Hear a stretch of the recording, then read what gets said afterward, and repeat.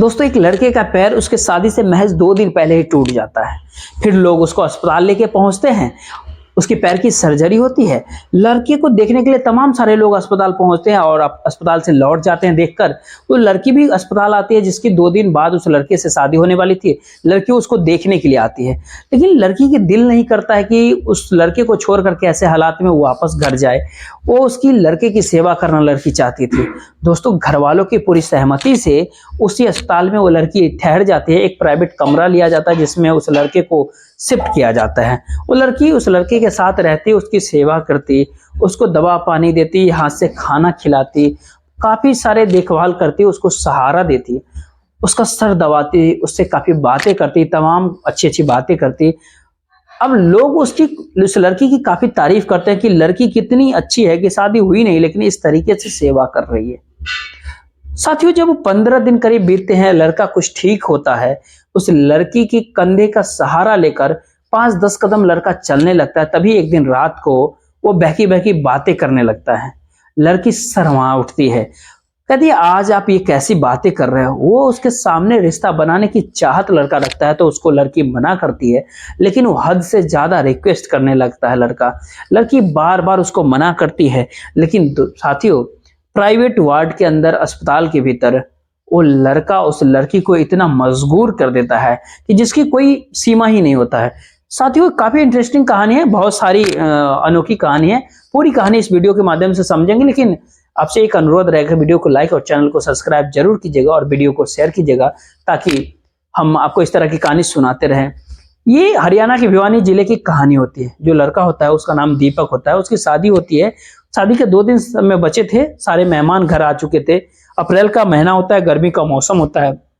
सारे लोग छत पे सोने की इच्छा जाहिर करते हैं। सारे जो मेहमान लोग आए होते हैं सब लोग छत पे सोने जाते हैं। दीपक भी जाता है छत पे, लेकिन अंधेरे में पता नहीं कैसे वो छत से जो है नीचे गिर जाता है दीपक। उसके गिरते ही काफी शोर मच जाता है, हड़कंप सा मच जाता है। उसको आनन फानन में अस्पताल लेके पहुंचा जाता है। वहां पे पता चलता है कि काफी बुरी तरीके से उसके पैर में फ्रैक्चर है। उसके बाद डॉक्टर उसके पैर की सर्जरी कहते हैं करना पड़ेगा। तमाम सारे लोग मिलने के लिए आते हैं, सर्जरी हो जाती है। जो दीपक के ससुराल वाले पक्ष के लोग होते हैं वो जब सुनते हैं तो कहते हैं कि ये तो काफी गजब घटना हो गई। 2 दिन बाद ही शादी है, तो ससुराल वाले जो होने वाले थे वो भी लौट करके सब देखने आते हैं। लड़की भी आती है देखने के लिए जिससे शादी होने वाले। उसका नाम लड़की का होता है संध्या। वो लड़की भी इच्छा जाहिर करती है कि अस्पताल हम भी चलेंगे। तो वहां जब लड़की पहुंचती है, दीपक से मिलती है, कई सारे बातों पे डिस्कस होता है दीपक के पापा, संध्या और दीपक के पापा के बीच कि भाई साहब अब क्या होगा। तो होता है ठीक है, कोई बात नहीं, अनहोनी था, अभी नहीं तो कभी नवंबर में शादी हो जाएगी।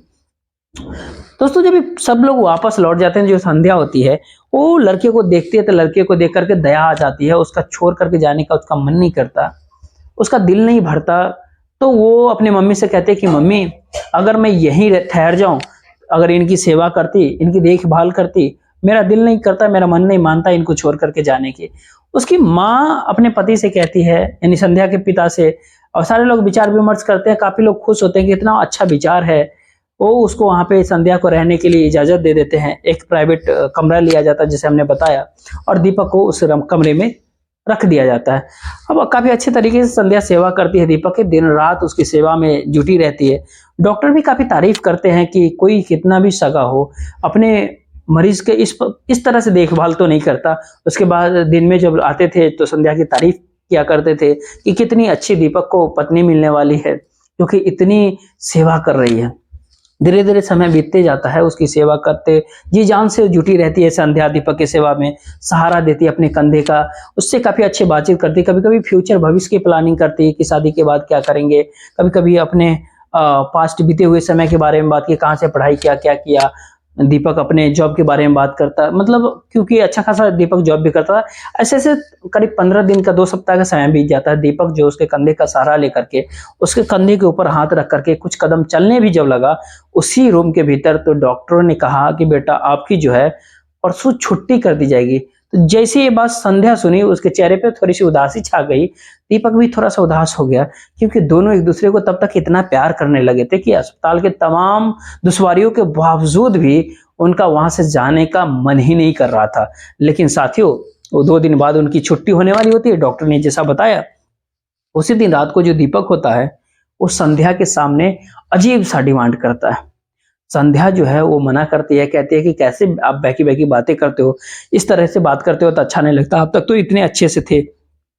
तो कहता है कि 2 दिन बाद हमारी छुट्टी हो जाएगी और फिर तुम अपने घर, मैं अपने घर, लेकिन यार तुम प्लीज, तुम जो हम कह रहे हैं तुम मान जाओ। संध्या कहती है नहीं, ये बिल्कुल भी नहीं, ये सही नहीं है, मैं ऐसा सोच भी कभी नहीं सकती, और ये अस्पताल है, इस तरह से जो है ऐसे फायदा आप मत उठाओ। तो दीपक कहता है कि वो हद से ज्यादा रिक्वेस्ट संध्या से करने लगता है दीपक।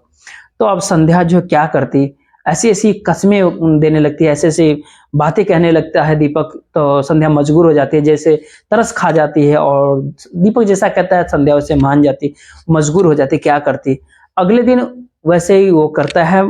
तीसरे दिन ठीक 17 दिन करीब रहने के बाद अस्पताल से उसकी छुट्टी हो जाती है। अब उसके बाद दीपक अपने घर चला जाता है, संध्या अपने घर पहुंच जाती है। और दीपक जब अपने घर जाता है तो लोग संध्या की काफी तारीफ करते हैं और कहते हैं कि कितनी अच्छी बात है कि हमको ऐसी बहू मिलने वाली है, क्योंकि इस तरह से लक्ष्मी समान है संध्या। लेकिन शादी की जब बात होती है, ये होता है कि नवंबर में शादी कर दी जाएगी। दीपक से पूछते हैं दीपक कैसा रहेगा नवंबर का दिन, तो दीपक जो जवाब देता है वो तो किसी ने कभी सपने में भी नहीं सोचा। दीपक कहता है कि मैं उस लड़की से शादी ही नहीं करूंगा। अब जैसे ये लोग सुनते हैं तो सन्न रह जाते हैं, दीपक को समझाने लगते हैं तुम पागल हो गया है क्या, तुम किस तरह की मजाक कर रहा, किस तरह की बातें कर रहे। तो कहता है मजाक नहीं कर रहा हूं, मैं सही कह रहा हूं, मैं उस लड़की से शादी नहीं कर सकता। आप साथियों, वो बहुत दीपक को लोग समझाने की प्रयास करते हैं। उसको उसने जो सेवा किया था वो सब कुछ याद दिलाया जाता है, लेकिन उसके ऊपर जरा सा भी असर नहीं होता। कहता है कि लड़की गवार है, मेरे से मैच नहीं करती, इसलिए मैं उससे शादी नहीं कर सकता हूं। अब साथियों, जब ये बात संध्या के माता पिता को पता चलता है ना, वो भागे भागे दीपक के घर आते हैं, उसके पिताजी से बात करते हैं, भाई साहब मेरी बेटी 17 दिन आपके बेटे का सेवा किया है, काफी जी जान से जुटी रही, सबको पता है, पूरे सारे रिश्तेदार जानते हैं, पूरा गांव वालों को पता है, और अब वो आप लोग ऐसा कह रहे हैं, तो फिर हमारी इज्जत है या फिर नहीं है समाज में, मेरी बेटी का कोई इज्जत है कि नहीं समाज में। तो उसने कहा कि मैं क्षमा चाहता हूं दीपक के पिता, मैं काफी समझाया, हमने बहुत दीपक को समझाया। दीपक के पिता कहते हैं अगर दीपक खुद ही नहीं मान रहा है, काफी गुस्सा भी किया, दबाव भी डाला, लेकिन दीपक बिल्कुल हाँ करने के लिए तैयार ही नहीं है, तो इसके लिए मैं आपके सामने हाथ जोड़ करके माफी मांगता हूँ, आखिर मैं क्या कर सकता हूँ, आप ही बताइए। तो वो लोग, संध्या के पिताजी लौट जाते हैं। संध्या भी कांटेक्ट करने की प्रयास की, लेकिन दीपक जो है उसने संध्या से बात तक नहीं किया। शादी तो कैंसिल हो जाती है, कुछ दिन समय बीतता है, नवंबर के भीतर नहीं, लेकिन फिर 2023 के अप्रैल महीने में, 2022 में पहली घटना हुई थी, 2023 के भीतर अप्रैल में फिर से दीपक की किसी लड़की से शादी तय हो जाती है। लेकिन साथियों, ऊपर वाला का करम देखिए, करिश्मा देखिए, कहते हैं ऊपर वाले की लाठी में कभी आवाज नहीं होती। उसका करिश्मा देखिए कि शादी से करीब 5 दिन पहले ही दीपक का फिर से एक पैर टूट जाता है। अब की बार वो एक मोटरसाइकिल से जा रहा होता है, एक्सीडेंट होता है और उसका दूसरा पैर टूट जाता है। फिर से वो उसी अस्पताल के भीतर पहुंचता है। साथियों, फिर से वही कहानी, फिर से वही सारी प्रक्रिया, समय अपने आप को दोहरा रहा था। उसी अस्पताल के भीतर फिर अस्पताल में देखने के लिए लोग पहुंचते हैं उस अस्पताल में। फिर से वो नए ससुराल वाले जो होते हैं, जिनसे शादी होने वाली थी, वो भी आते हैं, वो लड़की भी वहां पहुंचती है। लेकिन साथियों, हर लड़की एक जैसी नहीं होती है। उसने जो है दीपक को पलट कर देखा तक नहीं।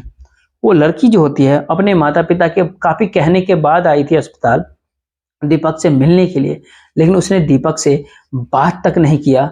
और उसके बाद वो सारे लोग जब वहां से लौट गए, चले गए, तो दीपक के माता पिता, उसके रिश्तेदार बोले कि जरा देख दीपक, सोच उस लड़की के बारे में, एक वो संध्या थी और एक ये लोग थे, ऐसे चली गई, तुमसे बात तक नहीं की। जब उसके बाद घर लौटे वो लोग, तो लड़की ने अपने माता पिता से कहा, लड़का, कि मैं उससे, लड़की का ही जो शादी नहीं करूंगी। उसके माँ बाप भी यही चाहते थे। उन्होंने फोन करके कह दिया दीपक के पिता को कि भाई साहब, मैं अपनी लड़की की शादी जो है वो कहीं और करूंगी, इसी 2-1 महीने में करूंगा, लेकिन इसीलिए मैं क्षमा चाहूंगा, आपका लड़का इतना जल्दी ठीक नहीं हो पाएगा, इसीलिए ये शादी हम नहीं कर पाएंगे।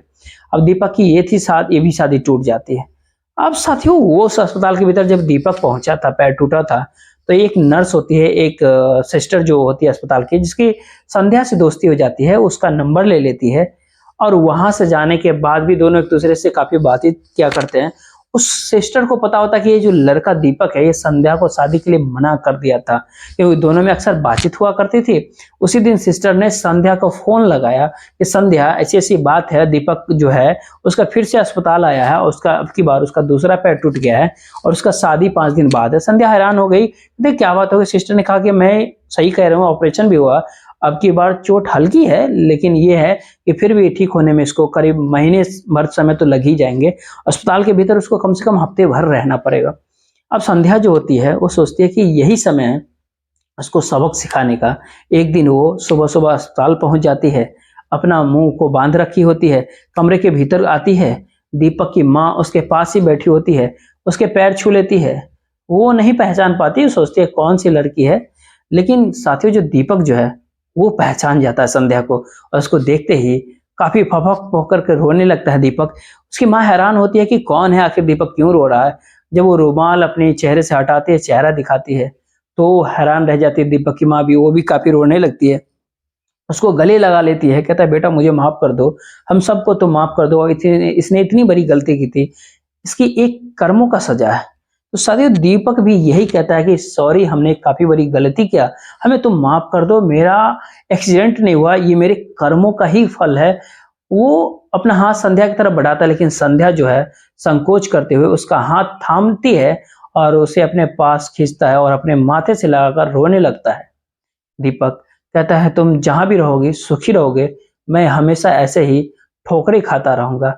साथियों दोनों की जो ऐसी कहानी सुनकर जो उसकी माँ होती है, जो दीपक के कमरे से बाहर निकल जाती है, फिर संध्या कहती है ये बताओ तुम कि मेरे समझ में जो कुछ भी आया मैंने उस सब कुछ तुम्हारे साथ किया और तुमने जो चाहा सब कुछ तुमने मेरे साथ कर लिया। तुमसे काफी प्यार करती थी, मैं किसी को कह भी नहीं सकती थी कि तुमने क्या किया मेरे साथ, लेकिन यहां से जाते ही तुम क्यों बदल गए, क्या कमी थी मुझ में, मैंने क्या तुम्हें कहा था, क्या तुम्हारा कहना नहीं माना था, कौन सी सेवा में तुम्हारी कमी कर दिए थे, ऐसी कौन सी बात थी। साथियों दीपक के पास कोई भी जवाब ही नहीं होता है, वो बेतहासा काफी रोते जाता है और कहता है प्लीज हमें तुम माफ कर दो, जो हमारे जो दोस्त जो था वो हमारा दिमाग खराब कर दिया, मैंने तुम्हारी बातें जब उससे शेयर किया तो उसने मेरा दिमाग खराब कर दिया, मैं तुम्हें क्या कहूँ, लेकिन इसका सजा मुझे मिल गया है, ईश्वर ने मुझे सजा दे दी है। जो दीपक की मम्मी होती है, उसके जो और काफी रिश्तेदार होते हैं, पिताजी होते हैं, उसकी बहन होती है, उस सारे को लोगों को बुला करके लाती है कि वो पहली वाली संध्या आई हुई है। सारे लोग आते हैं, सारे लोग संध्या से माफी मांगते हैं, कहते हैं बेटा हम लोग को तुम माफ कर दो, साथ में रोते भी लगते भी हैं। संध्या जो है उसके भी आंखें में आंसू आते हैं, सबको चुप कराती है। साथ ही उसके माता पिता के व्यवहार देख करके संध्या का दिल पसीज जाता है और दीपक से वो कहती है कि दीपक मैं तुम्हें काफी प्यार करती थी, लेकिन तुम इस तरह से बदल गए जिससे मुझे काफी दुख हुआ। दीपक उसको सॉरी कहते रहता है बार बार, कहा मैं भी तुमसे बहुत प्यार करता हूँ, काफी ज्यादा करता हूँ, लेकिन दोस्तों की बातों में मैं आ गया था, अभी भी मैं तुमसे प्यार करता हूँ, करता रहूंगा। साथियों जब ये संध्या जब ये बात सुनती है तो उसके पास जाती है, रोने लगता है दीपक। दीपक कहता है एहसान करोगे संध्या तुम मुझ पे। इस तरह से बातें समाप्त होती है दोनों की संध्या के मम्मी पापा को पता चलती है सारी बातें। फिर से दोनों परिवार जो है रिश्तों के लिए आगे बढ़ते हैं और नवंबर 2023 के भीतर संध्या और दीपक की शादी काफी धूमधाम से होती है। लेकिन अब की बार सुखद है कि कोई हादसा नहीं हुआ और शादी ठीक ठाक तरीके से हो गई, दोनों पति पत्नी आराम से खुश रह रहे हैं। ये कहानी है। अब कैसा लगा, ये कहानी सुनाने का उद्देश्य आपको परेशान करना नहीं है, आपका दिल दुखाना नहीं है, बल्कि आपको जागरूक करना है, आपको सचेत करना है कि जो भी करे अच्छा करे, वरना सारा चीज यही भुगत के जाना है। बाकी खुद सुरक्षित रहे, अपने परिवार वालों का ख्याल रखे। तब तक के लिए जय हिंद।